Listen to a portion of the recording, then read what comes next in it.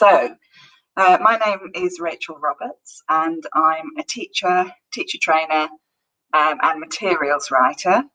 And I'm one of the authors on the new Pearson Upper Secondary series, High Note. So I'll be showing you some examples from High Note in this presentation.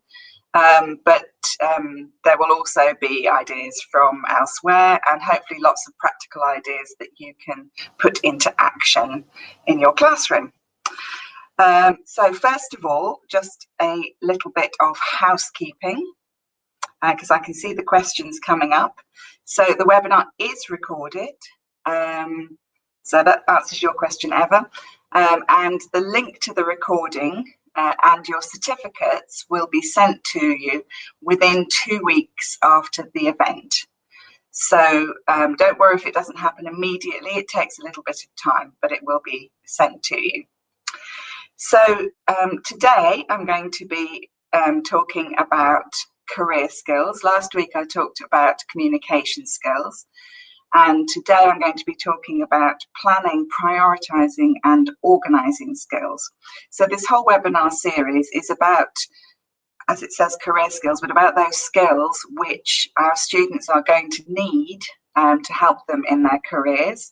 And also very much these skills help them in their studies now and in their future studies. So, just to say one more thing about me, as well as being a teacher trainer, materials writer, I'm also a qualified life coach. So I have a sort of a dual interest in this kind of thing, because I also coach people in such things as productivity and getting more organised. So let's see where those two things go together. First of all, let me show you a picture. Now this is actually my desk. The one on the left is how it was before I decided I really had to tidy it up. And the one on the right is the tidy version. Though for some of you, you may not think it's that tidy. Which one does your desk look like? Is it the one on the left or the one on the right? Write your answer in the checkbook. So Birute says the same. One on the right, left, right, both. Yeah, it depends whether you've tidied it or not. Right in the morning, left by evening. I like that. Mine looks much more tidy. Good for you, Marlena. Friday left, Sunday right. Okay, so you tied it over the weekend.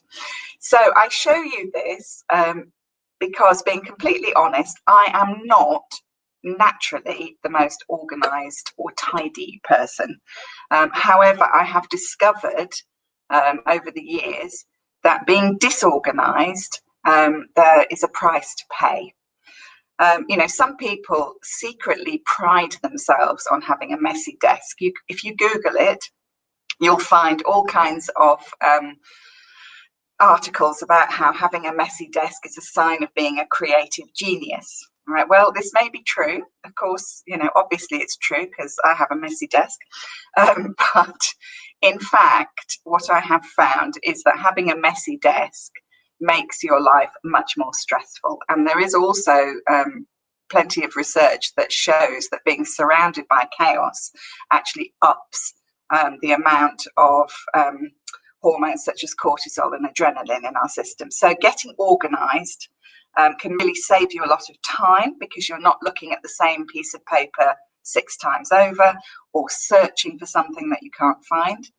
And it can also help to reduce that feeling of stress and overwhelm.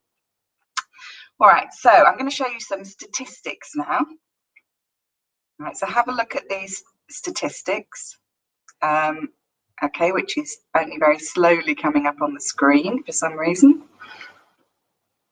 Let's just wait a second and hope that it happens. Okay, let me go. See if I can go back to the previous slide. That one's fine. Okay, let's go to this slide.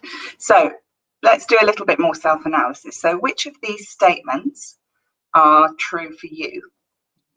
So just have a look at them and write down the numbers for the ones that are true for you. You can put them in the chat box if you want, or you can keep it secret if you prefer.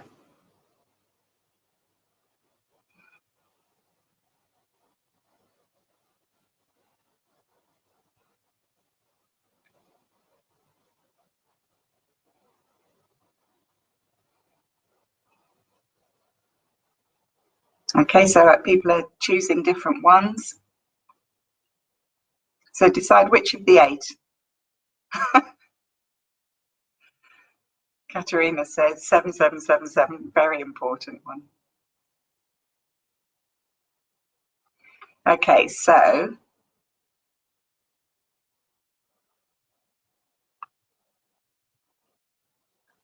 here are the statements organised into 2 categories. So if you said that 1, 4, 6 or 7 are true of you, then you are a more organised kind of person.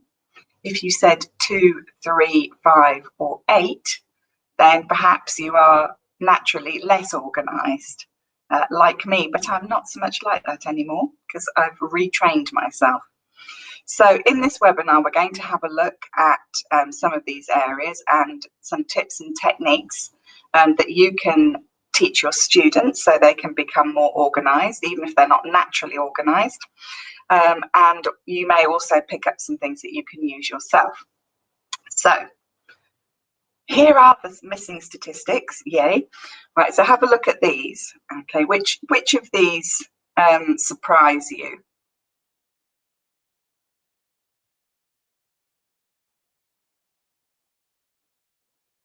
Maybe none of them surprise you.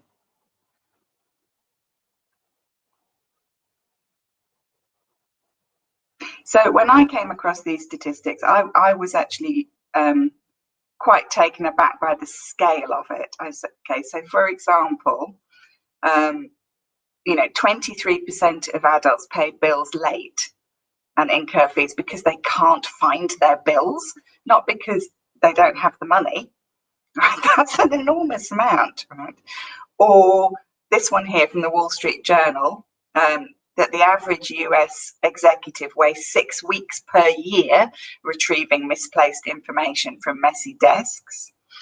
Or this one, which rings true for me, that Americans spend $2.7 billion a year replacing items they can't find in their homes. Right, now, I've definitely bought things again because I couldn't find them, but maybe not $2.7 billion worth, but that is for all Americans, of course. And here, 3 to 4 hours are saved by every hour of planning, according to Federal Occupational Health. And here's the one that's particularly relevant to us as teachers. So nearly half of college students feel that their high school did not prepare them with the organisational skills required to do well in college. And 54% felt they would get better grades if they got organised and stayed organised. So, imagine how much money is being wasted for businesses because of disorganisation. We can see that from some of the statistics here. And then imagine how much better our students might do if they were more organised. If 23% of adults pay bills late and incur fees because they can't find their bills, what about all those essays that are not handed in on time or are done in a rush last minute, or the revision that isn't done in time? They could do so much better if we help them to get more organised. So, you may initially feel that, it's not my job to teach students these things. I'm a language teacher. But I believe that it is actually part of our job because, firstly, for some students, their parents will teach them these things. But many won't. They may not have the skills themselves. They may be too busy, or there may even be problems at home. Secondly, some students find this kind of thing really challenging, particularly if they have any kind of special needs. So if they are on the autistic spectrum or they have ADHD, they will find this particularly difficult, and we need to put some support in place for them. And thirdly, if you don't teach your students these skills, it will actually make your life harder as well, because they won't ever hand anything in on time. And when you give them notes, they'll all be in a great mess in their bag. So it is really worth our while, I think, to teach these things, and we can embed them into our language teaching. So, I'm going to show you how. So the first point to make is that we we need to kind of get across to students, you know, the benefits of being more organised. So we know that there are benefits for employers of employing well-organised staff. They tend to be more efficient. They do high quality work. It's good for the reputation of the business if they are more organised, and the workforce is less stressed, which means fewer sick days that they have to pay for. So from the point of view of business, it's good. And then obviously for students, even while they're working on their studies, if they are producing high quality work and it's more efficient, that means they have more spare time. And if they're less stressed and they're off sick less, clearly that's good for them too. So the first point is to help your students develop some systems. Do you ever see inside your students' bags? Or do you have a teenager? And do you ever see inside their bag? Now, you know, maybe your students or your kids are much better organised than mine, but very often, if you look inside a student's bag, you will see a great wad of paper, which is kind of all mixed up, like a bomb has gone off, says Alan. Yes, exactly. Yeah, a great wad of paper that's all mixed up. Several forms that they were supposed to return to school, but that have never gone to their parents, or that have gone to their parents and come back, but then they haven't handed them in. Right. Yeah, so only my children, says Renata. Yes, I mean, I'm not suggesting that you start going and poking in your students' bags, but sometimes they leave them open and you can kind of see the mess that's in there. So the first point is to help your students to develop systems. So let's look at some basic systems. So don't assume that students know how to do these things. So for example, filing.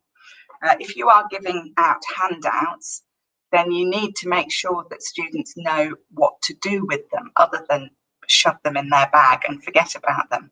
So teach them some basic things like always putting the date on a handout, for example, so that they can easily find and refer back to it and put it in order afterwards. You could use things like colour coding. So you might have a different colour for a different aspect of the course that you are teaching. So just sort of starting with these basic systems, and set aside a little bit of time in class to check that they are filing correctly and using the system. And this really will pay off in terms of them then being able to organise their revision and to be able to find the piece of homework in the first place. Okay, so systems is the first point. Okay, secondly, what about all the things that we need to remember to do? So quite a few of you, as I remember, when we looked at those statements, said that you often remember about things kind of only when somebody reminds you or last minute. So one of the systems that we really need to put in place is some kind of to-do list. And this is because the brain basically tries to hold on to everything that we've got to remember to do, and it doesn't do it terribly successfully a lot of the time. So we forget about things when we're supposed to be doing them, and then we remember about them at totally inappropriate times, like 3 o'clock in the morning, when you suddenly wake up and go, oh, I've forgotten to do so-and-so.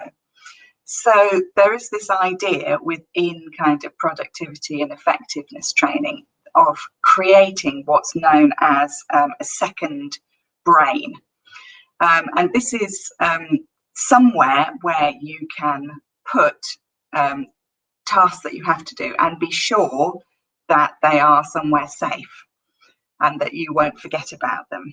So many people don't have a particular system for doing this. They just kind of write it down on bits of paper and then lose the bits of paper and so on. So it's really worth having a trusted system for writing everything down, because this will really reduce stress, because your brain won't be waking you up in the middle of the night to remind you about things. And also, obviously, it means that things are less likely to be forgotten. So I'm just looking in the chat box. Yeah, so Angelique says, I set reminders. So that's for your students, yeah? Send them homework emails, good. So long as they have some kind of system for those emails, because otherwise they'll spot them when they're out with their friends and then forget about them. So again, it's about kind of setting up a system. Okay, so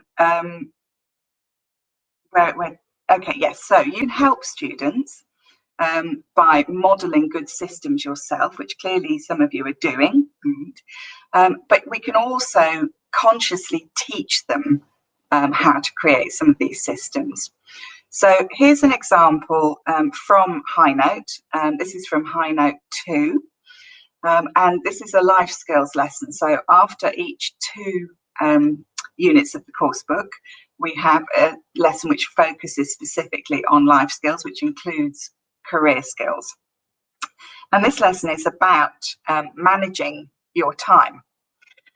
So the students, taken through a process of thinking about how they manage their time, and then they listen to an expert, and they focus on choosing some ways of managing their time better. So this is focusing on one aspect of that lesson.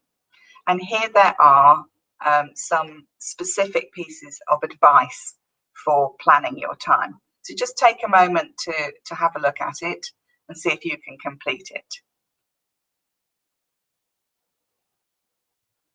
Okay, there's a question here about, doesn't a to-do list increase the level of stress? No, I don't think it, well, it depends on your to-do list. I think if it's incredibly long and not very well organised, it could make you feel more stressed. But generally speaking, it releases or relieves stress because it's something called the Zeigarnik effect, which is after a Russian psychologist called Zeigarnik, who found out that basically until you complete something, your brain holds on to it. Okay, and so we have this tendency to kind of hold on to all the things that we have to do, and the brain will keep reminding us, and that's what creates the stress. Once you put it into a safe system, so not just a bit of paper that you're going to lose, but something that works, then you will start to feel more relieved. You can see my system behind me. I'll get to that in a moment. Okay, so how to plan your time. Be systematic. Find time to plan every day.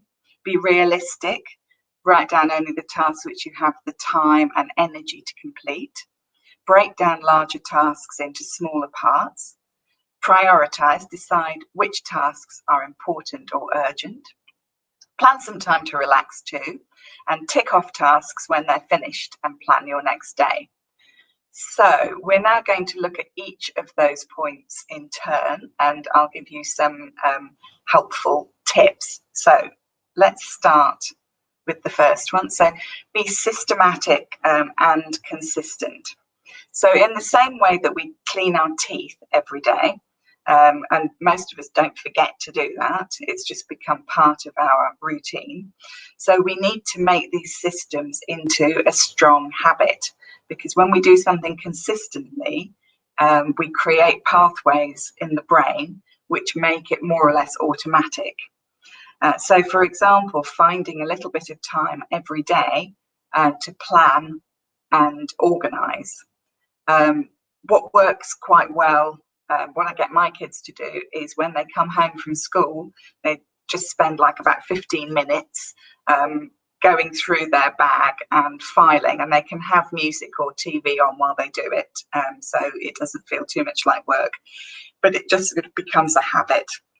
So, you can also encourage your students to do that, though obviously you wouldn't be there to check on them. So we have a tendency with new systems, until they are properly set up in our brain, we have a tendency to start with great enthusiasm and then stop doing them. Remember that the road to hell is paved with good intentions.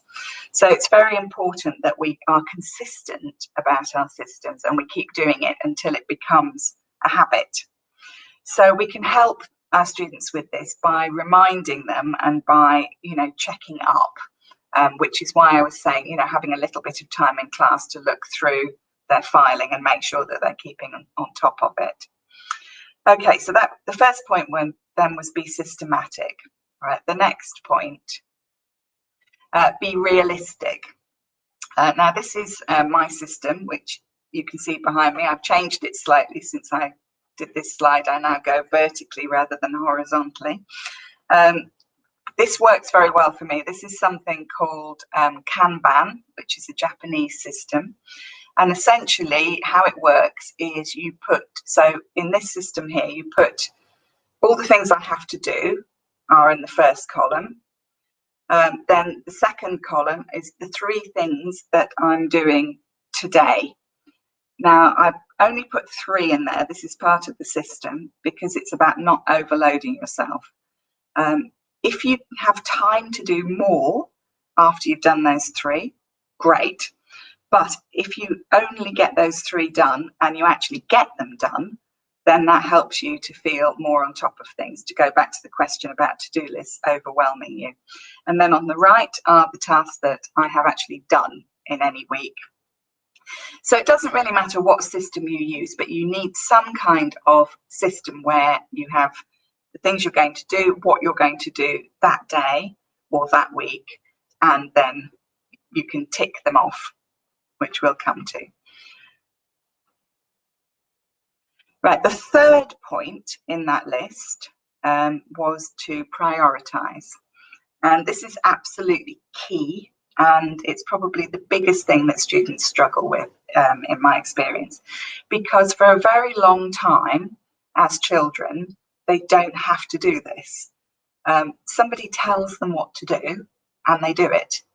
You know, they don't have to make any decisions about what to prioritise or what is more important. So this is, you know, particularly as Katerina says, yes, for students with ADHD and indeed who are on the autistic spectrum, this is particularly tricky, but many of us find this tricky. So, you know, suddenly students get to an age at upper secondary where they're having to start juggling things. They've got different teachers asking them to do different homework, and they've got to start deciding what to prioritise and when to do it. And you can explicitly teach students how to prioritise, because what they rarely understand, and in fact what most people I think rarely understand, is something that Eisenhower came up with. It's called the Eisenhower decision principle now, and he said what is important is seldom urgent, and what is urgent is seldom important. Now obviously this is a bit of a generalization, but it is actually really important and true. Okay, so what he's saying is that a lot of things that are important in our life, for example, revising for exams, or I don't know, writing a project, they're not necessarily urgent at the time when we should be doing them. So, you know, maybe that project is due in 6 weeks. So many students will not really start to think about the project until a few days beforehand because it's not urgent. And the opposite is also true. What is urgent is seldom important. So lots of things will pop up. You know, for example, their friend will text them to see, you know, whether they want to meet for lunch or something. Right? That's urgent, but it's not really that important, not in comparison to the project. So it's about kind of making choices based on what's important more than what's urgent. So this is often used, the Eisenhower decision principle is often used as a kind of grid like this. And this is based on an idea from Stephen Covey's book, The 7 Habits of Highly Effective People. So he has this sort of 4-box matrix, things that are important and urgent, things that are important but not urgent, not important but urgent, and not important, not urgent. And essentially, this system asks you to, you know, consider which box everything you have to do is in, and you should be focusing most of your attention in which boxes do you think?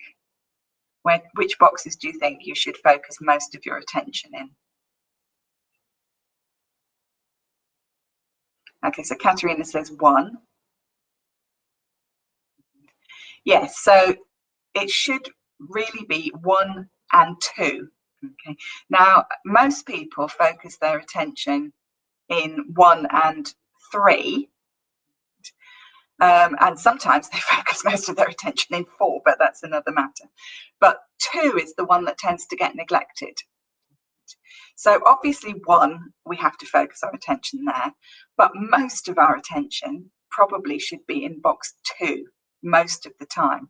So we should be looking ahead to things that are not urgent and making sure that we actually fit them in, as well, of course, as doing the things that are in box 1. And then if we have, time, we can do 3 and 4. Okay. But box 2 is the one that gets ignored, and that's the key thing, I think, to get across to our students. All right. So another problem. Actually, I'm just going to have a drink of water.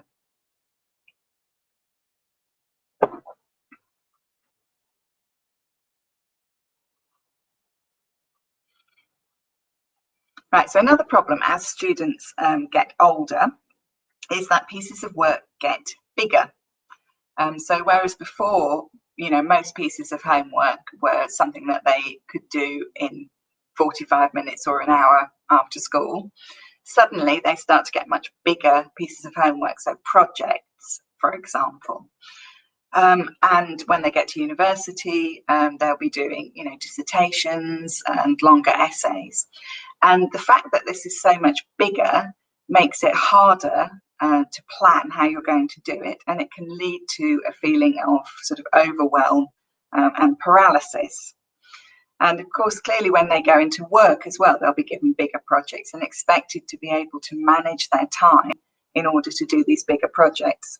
So we need to teach them how to break bigger tasks down into smaller bite-sized tasks, partly because this reduces the feeling of overwhelm, because if you manage to do 3 of the smaller chunks, then you're going to feel that you've made some progress.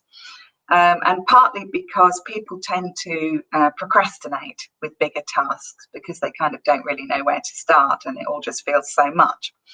So here's an example of how that might be done in terms of writing an article in this case. I was going to say essay. So again, this is from High Note. This is from High Note 4.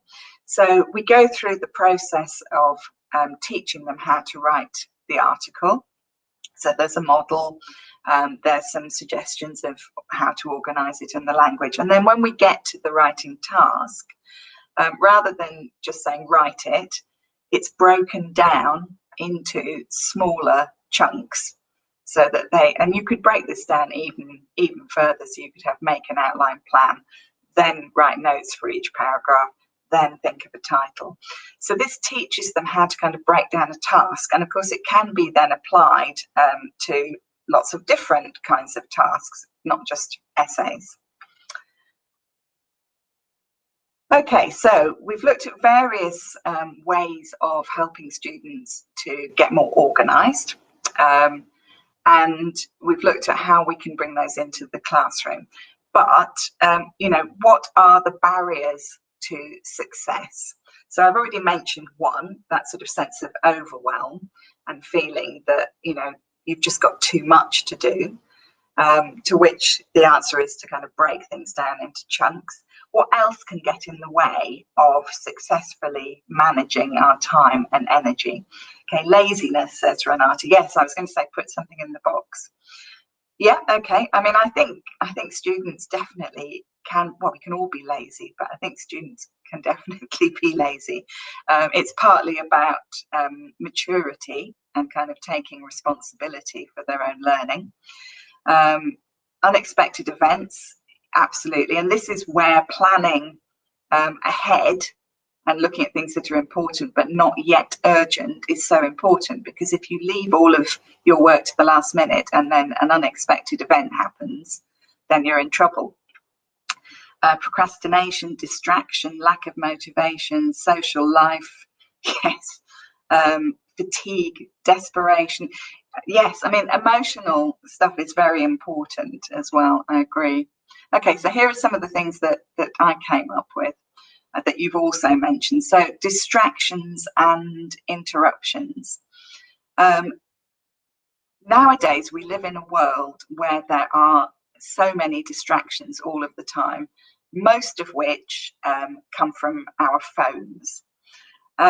So, you know, going back to the Eisenhower matrix, that box number 3, the urgent but not important, those kinds of things are going to be pinging up on their phones all of the time.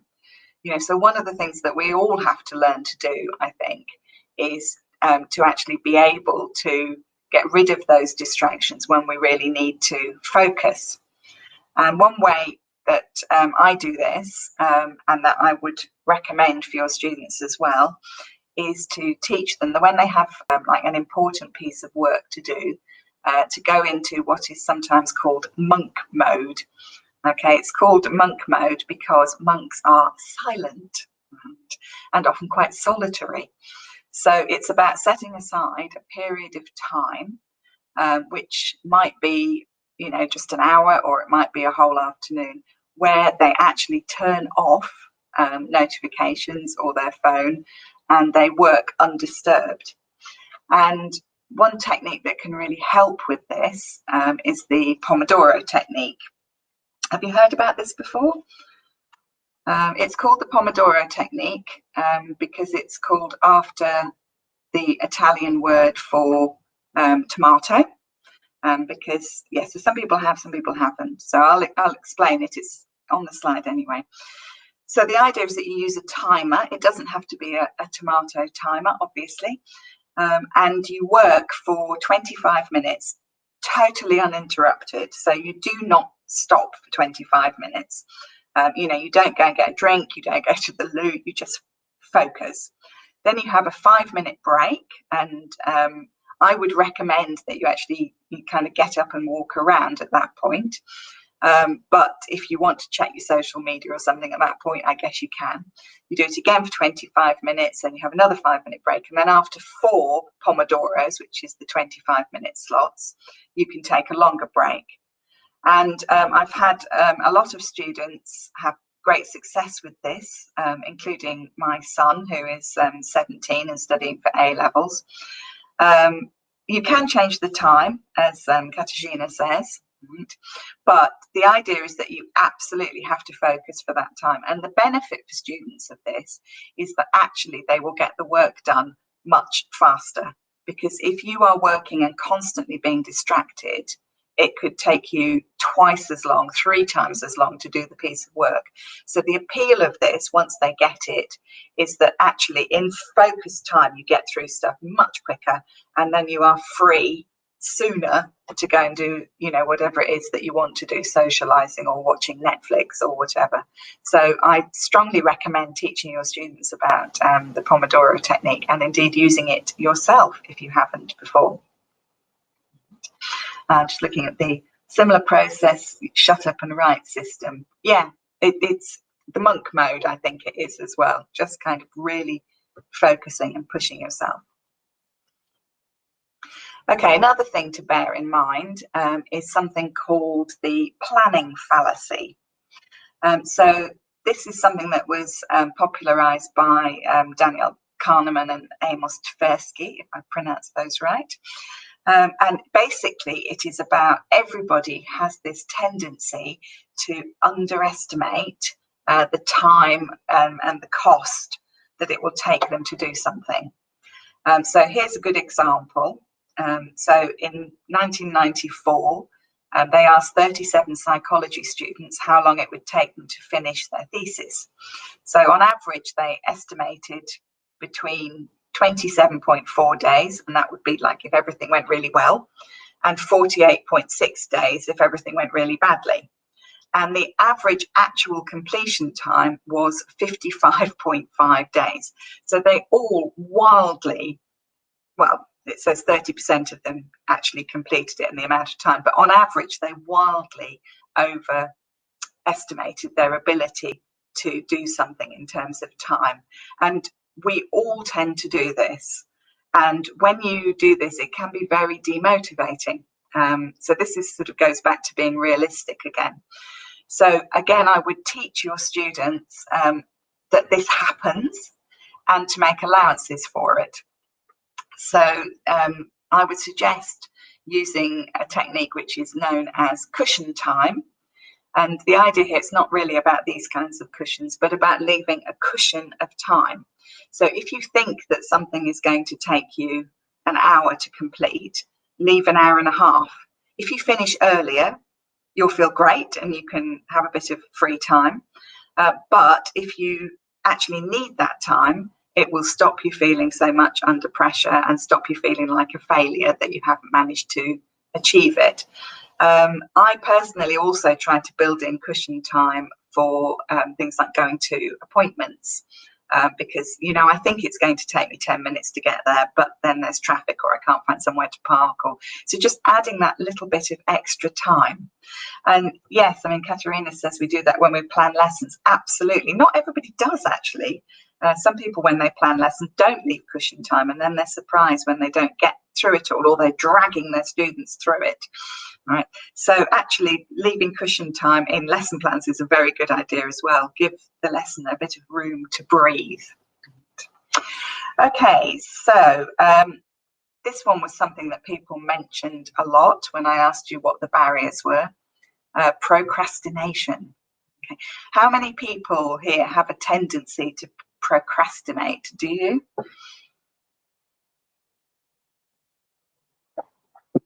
Yeah, we're getting a few. No, okay, not everyone. But it is quite common, I would say. I have to say it's something I don't tend to do a lot of. I think I kind of got out of the habit when my kids were little and I had to work in very short bursts of time, you know, while they were napping or what have you. But for many people, procrastination is an issue. It depends on the task. Yes, absolutely. It depends whether we want to do it. It's very often, I mean, people mentioned desperation. Someone mentioned that earlier. It's very often actually about emotions, procrastination. And that's why some tasks we procrastinate over more than others, because at some level, you know, we may be worried that we can't do it, or we may be feeling resentful about having to do it. So there often is an emotional level to it. This is an interesting study into college students. So this is like sort of the next stage to upper secondary.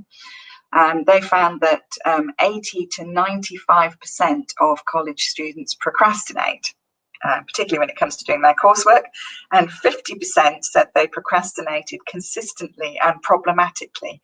Now, I don't think you're going to be surprised by that statistic. However, I think it's really worth thinking about whether we can do anything to help students with this, because this is going to have a massive effect on their studies and in the future at work. Right? If they are procrastinating consistently and problematically, they're not going to be successful at work. So it really is something that I think we need to look at. So here is a lesson that we have in High Note. This is actually a reading text, but it has kind of like the double function of looking at procrastination and giving them some tips. This is from High Note 2. So there's a text, Confessions of a Procrastinator. So there's a slightly humorous approach here. And then they look at some tips to help procrastinators and grade them from the most to the least useful. Okay, so obviously some of these are not intended to be useful. So make a plan, we've talked about that. Study with a friend.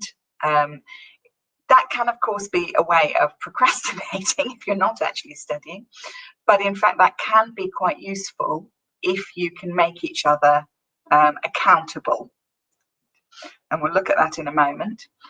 Visit a psychologist. Well, that may be a little bit excessive, but actually, if it's really bad, it might be worth it because, as I said, it is often emotional what's underneath it. Okay, so we've got some other things here. Switch off your internet connection, break up your work into smaller units, wait until the last minute and then work all night, maybe not so useful. So accountability is one of the things we just mentioned. Now, if you can get your students to buddy up with someone who will actually help them to keep on track and vice versa, this can be a very useful way of avoiding procrastination. So if you make a commitment that, for example, you're going to do an outline plan for your essay, and you say that you will have done it by a particular time, and then you and your friend are going to email your plans to each other, that definitely can help you to do it, because we are hardwired not to want to let other people down. So this is one of the benefits of kind of putting students together to work in pairs and groups in this way. They can work individually, but also support each other, and it does have a psychological impact. Another technique which is very useful is known as eat the frog. All right, it doesn't actually involve eating any frogs. It comes from a quote which is often attributed to the author Mark Twain, although I understand that in fact he probably never said it, but it's a good quote. So apparently he said, if it is your job to eat a frog, it's best to do it first thing in the morning. And if it's your job to eat 2 frogs, it's best to eat the biggest one first. So what he means by this is that, yes, I think Brian Tracy wrote a book called Eat the Frog, but I don't think it was him that first said it. But what this means is that if you have something that you really don't want to do, you'd have to do it first. And it's actually a very good way of avoiding procrastination, because you just plunge into it. You have to do it before you can do any of the other things that you want to do. So yes, get it over with. And if you get in the habit of doing the hardest things first, that will help a lot with procrastination. And it's also a way of managing your energy rather than your time. And this is a really important concept, and something that has made a huge difference to my work-life balance. Because, I mean, I work from home a lot of the time because I'm writing materials. And I used to begin my day by going through all my emails and doing lots of admin. And then I realised that actually that was probably my most productive time of the day. And so I shouldn't be using it to do things like admin and emails that I could do when I was more tired. I should be using it to do like the jobs where I really needed to be creative and have my brain working well. So obviously it depends what your timetable is like, but be aware of that principle, and the same for your students, of using the time when you have most energy to do the most difficult tasks. And in fact, I had an expert on sort of the teenage brain doing a live in my Facebook group last week, and she told us that apparently for teenagers, the very best time in terms of their brains being alert and awake is about sort of 3-4 o'clock in the afternoon. And in the UK, that's when they finish school. So that would seem to be the perfect time to actually do some homework, rather than later in the evening after they've had a break, because that's the time when their brains are most awake, and not, of course, at 8-9 o'clock in the morning when most of them are starting school, but that's another issue. Okay, going back to that list that we looked at earlier, number 5 was plan time to relax. So why is this important? I think it's very important because if you don't actually have some time to relax, you will secretly resent the time that you are studying or working. And that can be another source of procrastination, because you don't want to be doing what you're doing because you feel, it's unfair. And again, this is often about planning, because if you've left things until the last minute, then you're unlikely to have much time to relax. But it is important to kind of put that in there. And if you're using the Pomodoro technique, you can put in this time to relax kind of as a reward, those 5 minutes, but also after you've done 4 Pomodoros, you can go and do something really nice and relaxing as a reward to yourself for having stuck with it.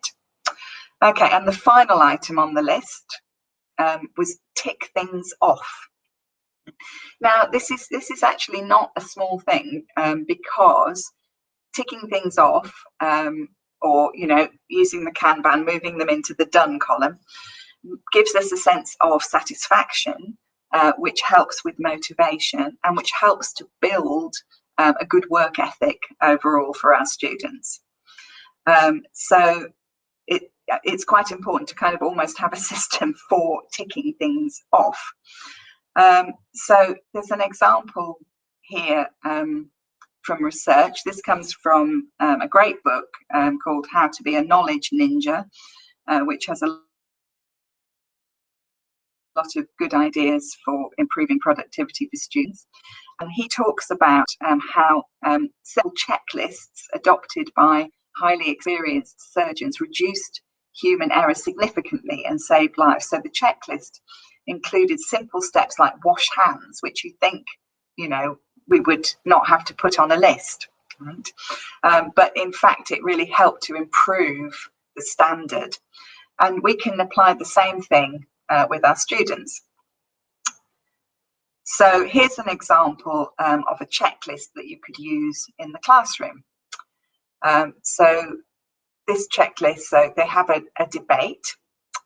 This is from High Note 3. So the students have a debate and then they assess it using the checklist. So this is getting them to, focus on exactly what they have done, and then they could look at what they could do better next time. And we can use checklists, or we can get students to use checklists in order to help them with their planning. So as well as maybe every day taking 10, 15 minutes to just kind of go through your bag and file things and think about what you have to do that day, it's also helpful to have a weekly review and maybe spend an hour to an hour and a half thinking about these questions. So what's new? Okay, so what's happened this week that I have to think about? Anetta, I just saw that pop up. Which course book is the material from? It's from High Note, which is the new upper secondary course from Pearson. So what's new? So look at what's in your bag, file your notes. Have you got any forms that you need to complete? And what new tasks and projects have you got coming up? Secondly, okay, update your second brain. So your second brain, we talked about this earlier, is like your system, your to-do list that you use. So make sure that it's updated, because to-do lists are of no use whatsoever if they are out of date and you've done half the things on them, and some of the things you no longer need to do because something's changed. So you have to update them. Think ahead. So decide exactly when you will do each thing that you have to do. So, look at your week and plan out when you're going to do things exactly. Practical preparedness. So you might, for example, do you have to find the location for anywhere that you're going next week? Do you need to print off anything for next week? Do you need to borrow any particular books from the library? So those kind of practical things, if you can get them out of the way, then you'll be much less stressed. And finally, ask yourself some questions, some more reflective questions. So here's some examples. So these are the kinds of questions that students could ask themselves in a weekly review, or indeed you could ask yourself in a weekly review. I'll let you have a look at those. Yeah, so this is about, what can I learn? Is there anything I should be doing differently? Am I looking after myself well? So I noticed that people, lots of people were responding to the, I don't take time to look after myself. It is very important, and it is definitely part of managing our time effectively, because if you don't, then you will burn out and you won't be able to manage anything. Okay, so weekly reviews, and also we can encourage students to do a termly review. And this is something that I think works very well in class. Indeed, you could do the weekly review questions in class as well, at least the first few times.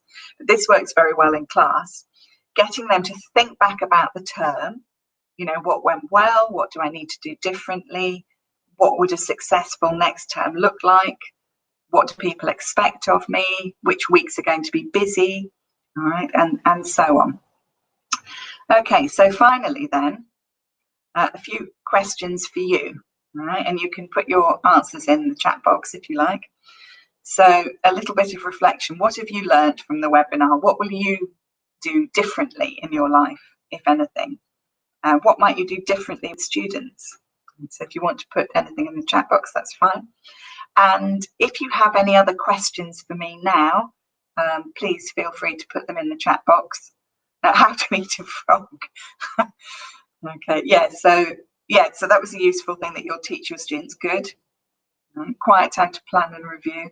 Yeah, I think that's really quite important. And we often don't make time for planning and reviewing because we think we're too busy. But actually, it saves us a lot of time in the long run. I do everything right. Yeah, me too.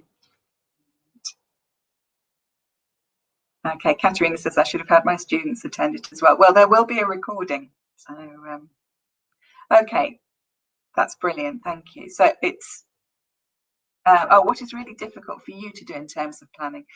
I think it is about, I sometimes do find it difficult to put aside the time to plan, but I do prioritise it these days because I have found that it does actually save me a lot of time and helps me not to forget things that are really important.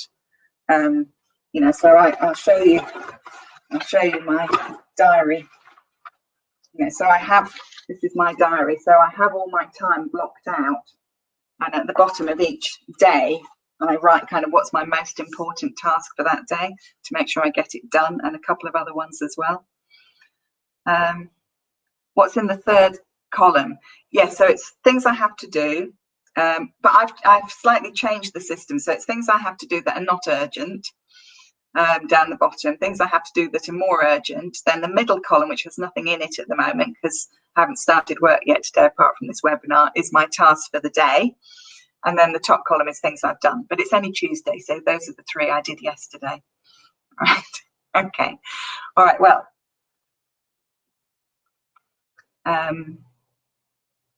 yes, so Anna is talking about what's coming up. Let me show you the slides. So we've had these two webinars. There are three more coming up. So decision making next week, and then leadership and teamwork skills. Eva says, what if it is really too many things? Well, yeah, you do have to be realistic, Eva. And if it's too many, then you really have to think about, you know, what can you delegate? What is not absolutely essential? This is part of the experiences. So there are, as well as these webinars, there are training videos for teachers and there are training videos for students. So there are things that you can show your students. They're much shorter, they're about sort of 6 minutes.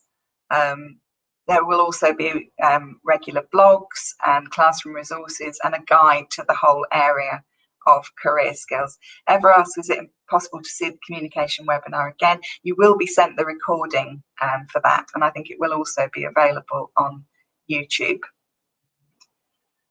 Okay, so can we see your example again? What my diary is. So you can see, you know, that I've blocked out the time when I'm going to do certain things. Will you be looking into how to organise teaching materials? Your bookcase seems impeccable. I don't know about impeccable, but it is organised by listening, reading, writing, and so on. But I'm not naturally organised. This is just something that I've learned. Okay, that's great. Thank you very much. Oh, if you want, I'll put my website addresses here. If you want to get in touch with me, you can get in touch with me via the website. So that's my ELT one. And that's my life coaching one.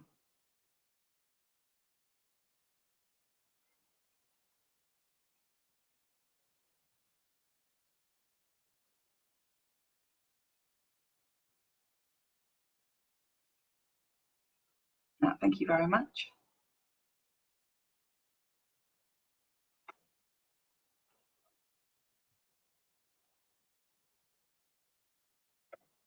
Okay.